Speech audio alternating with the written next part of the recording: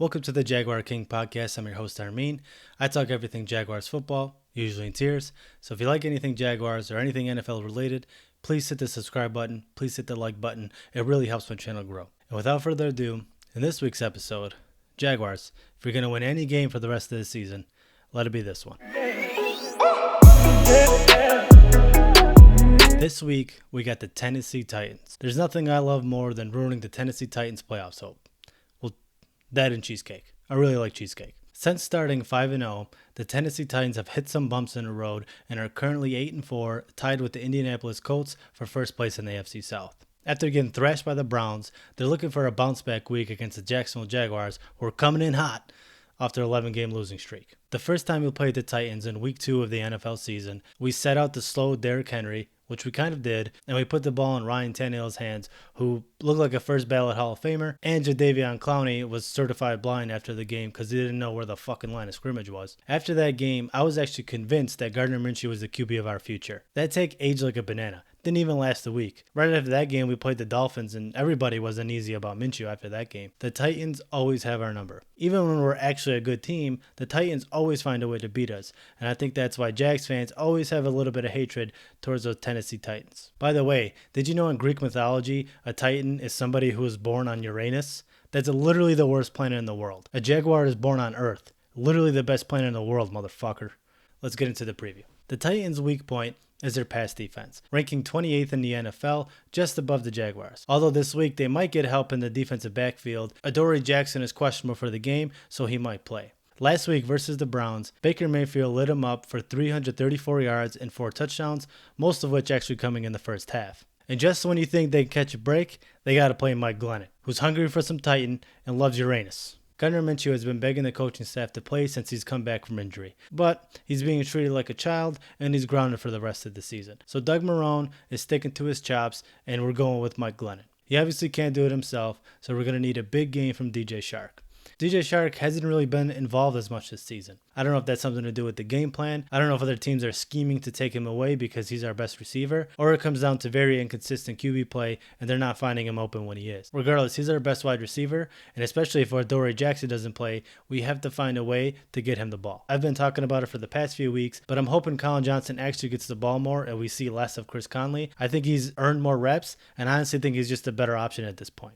Last week versus the Vikings, Mike Glennon actually used his tight end a lot, and we actually got to see a little bit of Tyler Eifert in the game. Hopefully Mike Glennon can utilize the tight ends this week for a safety net over the middle. Also, if Huncho Visca is healthy, we got to get him the ball in open space. He can make people miss. He can definitely be a playmaker. He showed that in the first matchup where he's getting the ball out of the backfield and things like that. So whatever we got to do to get him the ball to make people miss, let's do it. In the first meeting, Minshew put up 339 yards passing, 3 touchdowns and 2 interceptions, and almost won the game. So if the Giraffe can put up similar numbers, limit the turnovers, we give ourselves a fighting chance and help out the defense. The Titans' run defense fares better than their pass defense, ranking 16th in the NFL.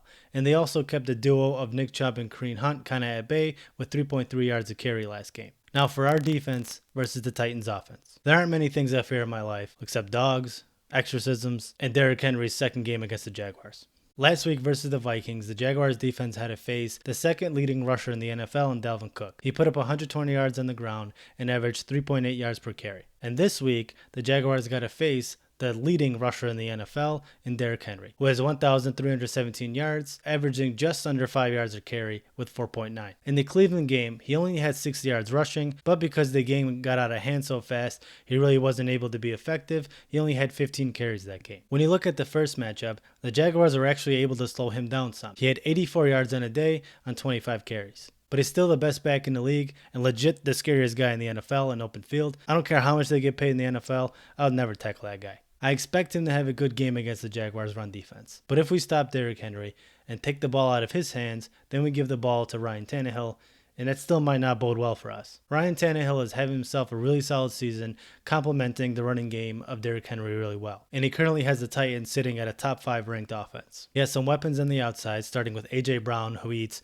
nothing but protein and chicken breast. And he also has Corey Davis on the other side, who just had himself a day against the Cleveland Browns, 11 catches, 182 yards, and a touchdown. So Luke Barku and Trey Herndon are definitely going to have their hands full this game. Obviously, the best way to stop any QB is to put pressure on him. The first time these teams met, the Jaguars were only able to put up 1 sack, and Ryan Tannehill was completely comfortable in the pocket. Last week versus the Vikings, the Jaguars actually got 5 sacks, the most they had all season in a game, so maybe that performance carries over to this Titans game, which will only help them. The Titans need to win this game. They're 3-1 in the division, and beating the Jaguars will separate them from the Colts. Even though I don't want to root for the Titans, I also don't want to see Phillip Rivers in the playoffs. And our 1 win this season is actually the difference between first place in the AFC South. You see the dilemma I got here? I think the Titans bounce back from the Browns and they beat the Jacksonville Jaguars. Although I don't think it's going to be a blowout because the Jaguars have actually been keeping it close lately, I still think the Titans win 28-24.